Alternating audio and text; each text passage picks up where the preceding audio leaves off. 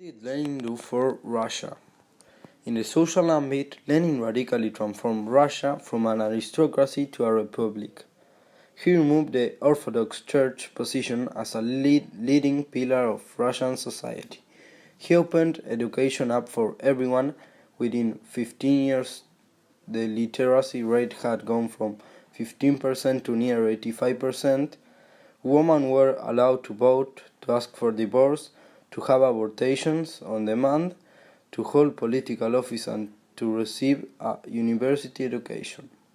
Lenin removed the bar on Jews entering certain professions and the laws forcing them to live in the pales of settlement. Then, in the economic ambit, Lenin's first policy, war communism, was designed to feed the cities and the Red Army during the Civil War. It succeeded, but it was disastrous for the Russian economy, especially the peasants, as they had their grain surpluses taken, often at gunpoint. Lenin then changed tack, beginning the new economic policy, NEP. This was a semi-capitalist policy. Small businesses were allowed to operate on the free market, but the large factories and the banks remained state-owned, as they were under war communism. The NEP succeeded at kick-starting the Russian economy.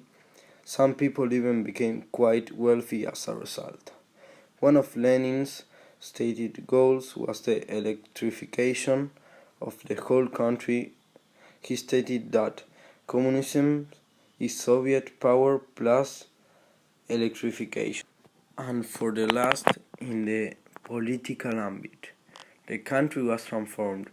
When Lenin seized power, the unelected provisional government was co-ruler with the Petrograd Soviet. The October Revolution forced the provisional government out and replaced them with the Congress of Soviets, with the Bolshevik cabinet, the Sovnarkom, as the highest political organ. As the Civil War raged, he gradually banned all other political parties, slowly turning the country into a one-part state. In 1922, the whole country was reorganized and renamed from the Russian Soviet Federative Socialist Republic to the USSR. The country was split into national republics for the larger ethnic and linguistic groups, such as the Ukrainians, Belarusians, and the Transcaucasians, that this was later split into the republics of Armenia, Azerbaijan, and Georgia. This was because the Bolsheviks thought that nationalism was bourgeois characteristics and would wither once the communist state emerged, but also that the cultural and linguistic identities of the people of the republic should be fostered and encouraged, creating literary language for many people for the first time within the Russian Republic itself. After the creation of the national republics, the Soviet government created autonomous republics for many of the smaller ethno-linguistic groups such as Tatars, Volga Germans, and Kalmyks. Lenin's death. In March 1923, Lenin suffered a third stroke and lost his ability to speak. That month, he experienced partial paralysis on the right side of his brain. By May, he appeared to be making a slow recovery, regaining some of his mobility, speech, and writing skills. On 21 January 1924, Lenin fell into a coma and died later that day. His official cause of death was recorded as an incurable disease of the blood vessels. Lenin's funeral took place the following day, when his body was carried to Red Square. There was some martial music playing, where assembled crowds listened to a series of speeches before the corpse was placed into the vault of a specially erected mausoleum. Despite the freezing temperatures, tens of thousands attended. Lenin's brain was removed and kept into formaldehyde for 2 years before being sliced into 30,963 slices to be studied and examined in minute detail to work out how the brain of a genius worked. In October 1930, he was placed in the marble and granite mausoleum that for 60 years became the mecca of communism and where it still remains to this day. After the death of Lenin, Stalin became the dictator of the Soviet Union and murdered millions of people. However, the communism finally collapsed in the Soviet Union in 1991, and Lenin's dream ended in total failure. When Lenin died, in 1924, the great city of St. Petersburg was named after him. However, in 1991, it was changed back again. Curiosities of Lenin. 1. Lenin was expelled of college. In August 1887, just a few months after his brother's death, Lenin entered to the Kazan University to study law. However, he was expelled that December for taking part in a student protest.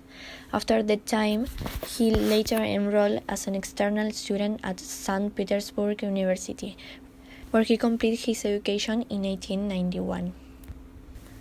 2. Lenin began to cover serious doubts about Stalin. Stalin, a close member of Lenin's inner circle, became the General Secretary of the Communist Party on April 1922. But soon after, Lenin started to regret of that appointment. In a letter to Russia's Congress, he described Stalin as too rude, talking about him as he should be replaced for someone more patient and more loyal. In another letter, Lenin accused Stalin of killing his wife and abused her.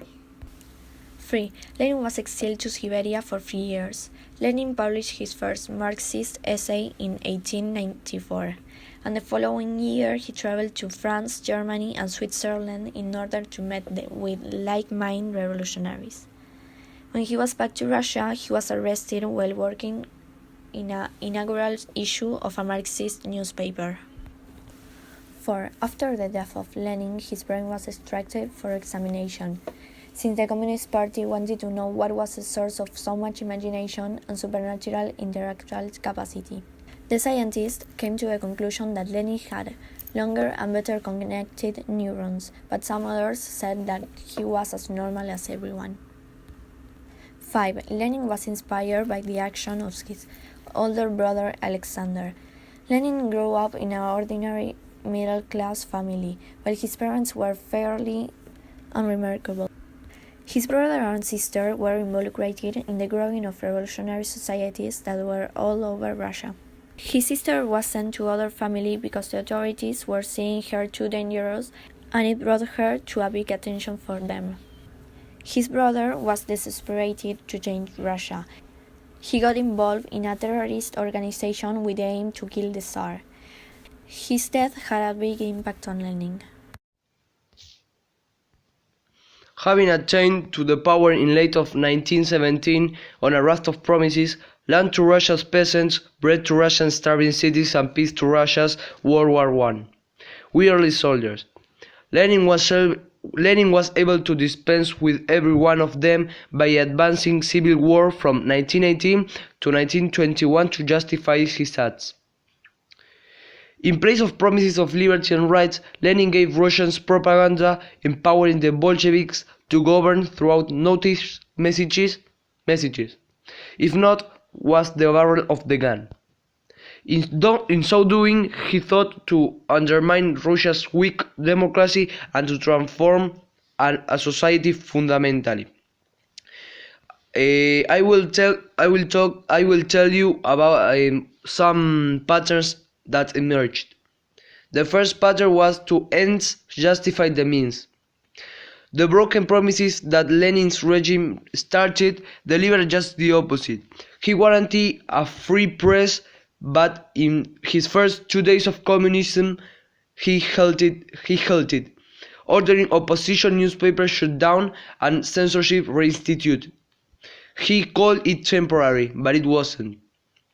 Lenin also won power with promises to bargain land ownership, but immediately issued 60 decrees to end private property, including secret directives to destroy states' archives of land, factory and building titles deeds before anyone could protest.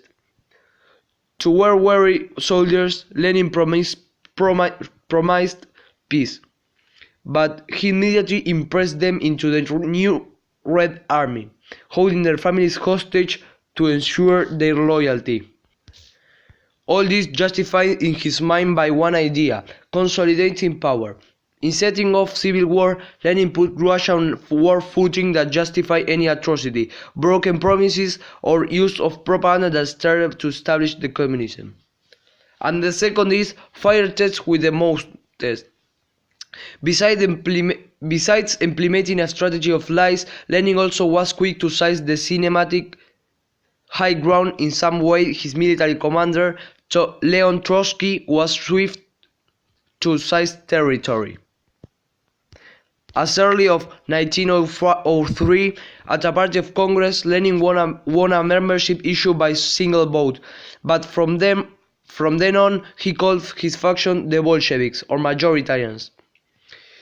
It didn't matter that the Bolsheviks never were a true majority amongst Russian revolutionaries. What mattered was the perception of power. Lenin repeated the tactic by dubbing Bolsheviks Reds to sign an affinity with the bloody violence of the French Revolution. While they were in their battlefields, opponents were saddled with white to link them with the discredited French Bourbon dynasty. Lenin was a politician, philosopher, revolutionary, political theorist, and Russian communist. Leader of the Bolshevik sector of the Social Democratic Labor Party of Russia, he became the main leader of the October Revolution in 1917. In 1917, he was also appointed president of the Council of People's Commissaries, Sovnarkom, becoming the first and maximum leader of the Union of Soviet Socialist Republics, USSR. In 1922, politically Marxist, his contributions to Marxist thought are called Leninism. He was careless relating to the style of life. This helped gaining followers. It is difficult to identify any particular event in his childhood that might prefigure his turn onto the path of a professional revolutionary. Vladimir Ilyich Ulyanov was born in Simbirsk, which was renamed Ulyanovsk in his honor. He adopted the pseudonym Lenin in 1901 during his clandestine party work after exile in Siberia. He was the third of 6 children born into a close-knit, happy family of highly educated and cultured parents. His mother was the daughter of a physician, while his father, thought the son of a serf, became a school teacher and rose to the position of inspector of schools. Lenin, intellectually gifted, physically strong, and reared in a warm, loving home, early displayed a vigorous passion for learning. He graduated from high school ranking first in his class.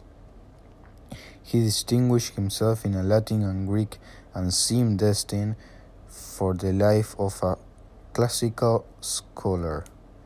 When he was 16, nothing in Lenin indicated a future rebel, still less a professional revolutionary, except perhaps his turn to atheism. But despite the comfortable circumstances of their upbringing, all 5 of the Ulyanov children who reached maturity joined the revolutionary movement. This was not an uncommon phenomenon in Tsarist Russia, where even the highly educated, cultured intelligentsia were denied elementary civil and political rights.